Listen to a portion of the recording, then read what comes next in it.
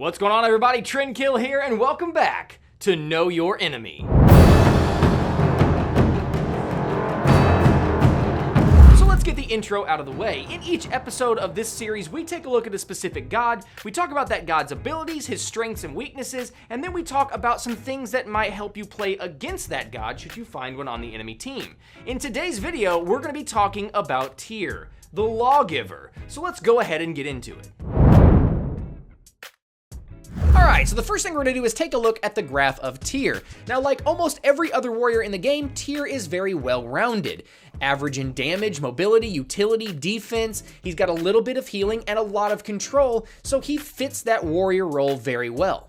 Now, one thing I can say about TYR, and we'll get into this when we talk about his abilities, but his healing depends on a stance switch to be off cooldown. So not only does he have to switch out of his quote-unquote damage stance to heal, that switch is on a cooldown, so it does take him a little bit longer and takes a little more preparation to get your heal off. So TYR's heal takes a little bit more forethought than some of the other warriors who have heals. Other than that, the only other thing that sticks out on this graph is that TYR doesn't have a ton of controlling abilities, but the one controlling ability combo that he has is very powerful. So let's go ahead and look at his abilities so we can see why the graph looks the way it does.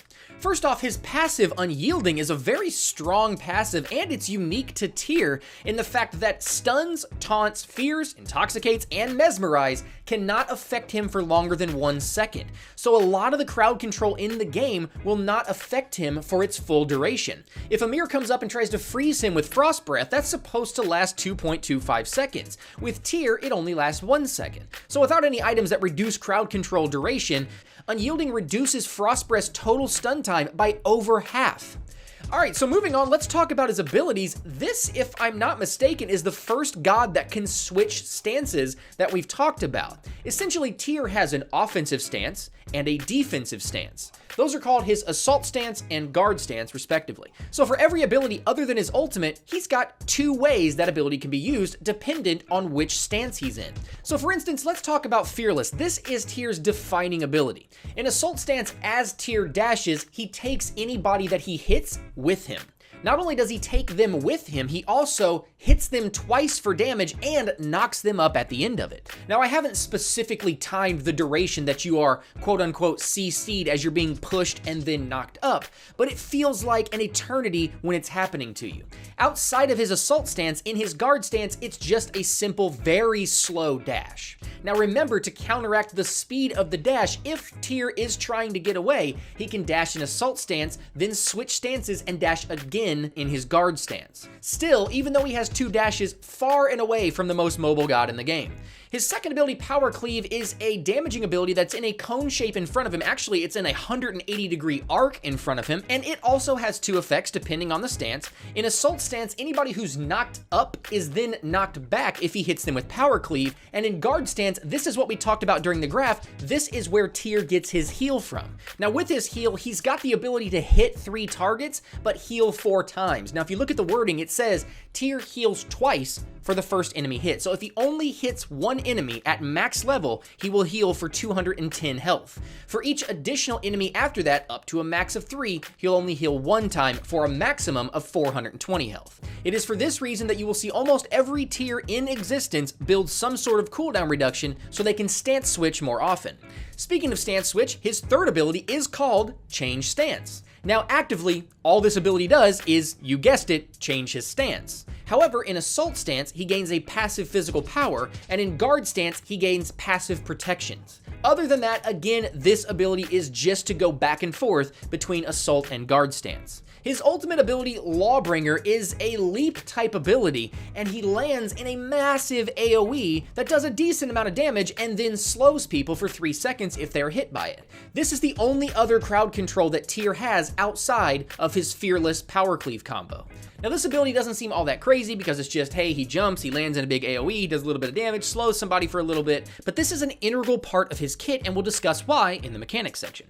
And one last thing to talk about, you do not need to juggle back and forth between Assault and Guard stance and worry about cooldowns in each of those stances. I didn't mention this during Change Stance because I wanted to give it its own section, but when you change stances, TYR's abilities will always be ready to use. So think about that for a second. Fearless's cooldown is 15 seconds. Change stance's cooldown is 10 seconds. So you could, technically, Fearless, then change stance, and then wait 10 seconds, change stance again, and Fearless again for a reduced cooldown. Now, it's very rare you're gonna dash, change stances, do some stuff, and then change to dash again just to get that cooldown, but it is a very important part of his kit to understand that no matter which stance you change into, your Fearless and your Power Cleave will always be ready entering that stance. So let's go ahead and move into the mechanics section, and we'll talk a little bit about some tips on how to play or play against a tier. Alright, so in the mechanics section, as I said before, we're going to talk about some tips on how to play against a tier. Now first, let's talk about some general things before we get into his abilities. Tier relies heavily on the active ability Blink. This gives him the ability to blink past you, turn around, catch you with a Fearless, possibly a Power Cleave after the Fearless to knock you back after the Fearless knock up, and that may catch you in the tower taking damage, or you may catch some other crowd control from somebody else. It's a downhill slope from there. So because Tier is very reliant on Blink, there's a direct correlation between the power of Blink and the power of Tier. If in the current meta, Blink is not that powerful, Tier will therefore not be very powerful.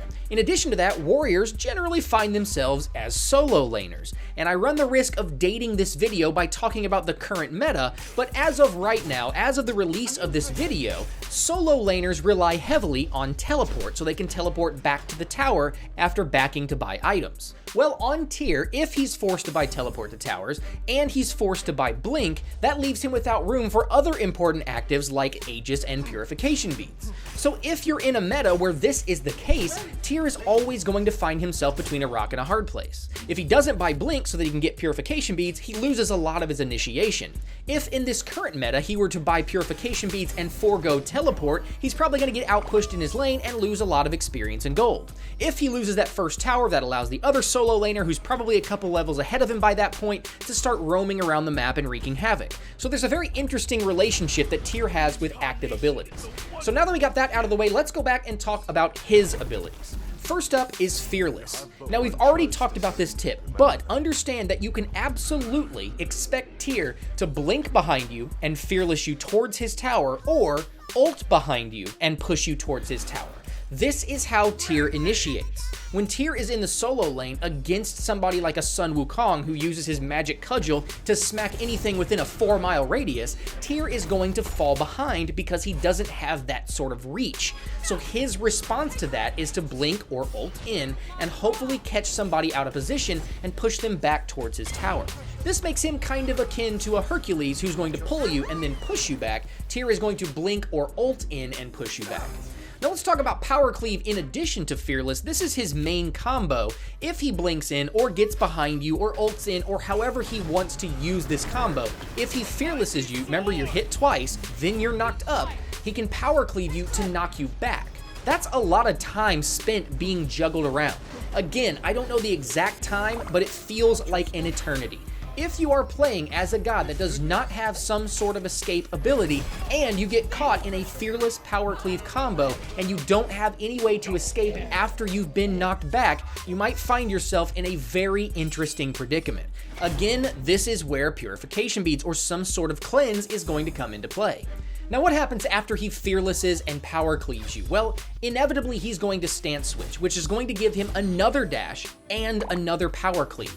This time his Power Cleave is going to heal him, so he's got more sustainability after he continues that combo on you. At that point, he's probably right on top of you, smacking you with a few autos. Remember, he's still got his ultimate available, where he can jump up and right back down on you, which is going to do damage to you, and then slow you, allowing him to stay on top of you a little more. By that time, hopefully his stance switch is off cooldown again, and he can Fearless Power Cleave combo and start it all over again. So Tier has the ability to be very strong, but he's got to be against the right person for it to even matter. If he's playing against somebody like a Sun Wukong who's just going to 72 transformations out of trouble after he's been Fearless and Power Cleave, he's going to find himself in a fairly rough spot. However, if he catches a Sun Wukong who happens to have used his 72 transformations to clear for whatever reason, Tier is now in control.